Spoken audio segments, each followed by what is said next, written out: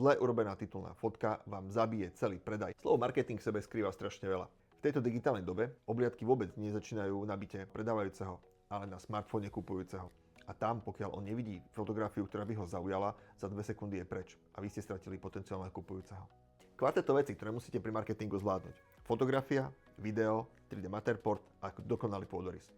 Dobrá fotografia umožní tomu kupujúcemu vidieť ten priestor v takom svetle, ako naozaj je. Video dodá emóciu, ten priestor, ktorý dokáže navnímať.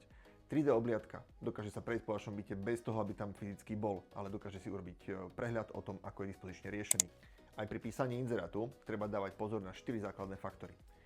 Zaujať, čiže pozornosť toho záujemcu, túžbu, chcenie a potom akciu, aby vám zavolal. Už keď máme inzerát napísaný, nezabudíme na jeho topovanie. Nemôže ostať ležať vaše telefónne číslo vašou ponukou len niekde vzadu ako posledný v rade.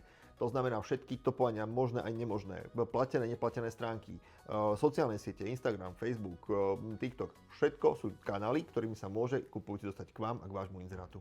Tak, marketing máme zvládnutý a teraz čakajme na ten telefón, ktorý nám zazvoní. Najbližšie si budeme rozprávať o tom, ako zvládnuť obliadku s kupujúcim.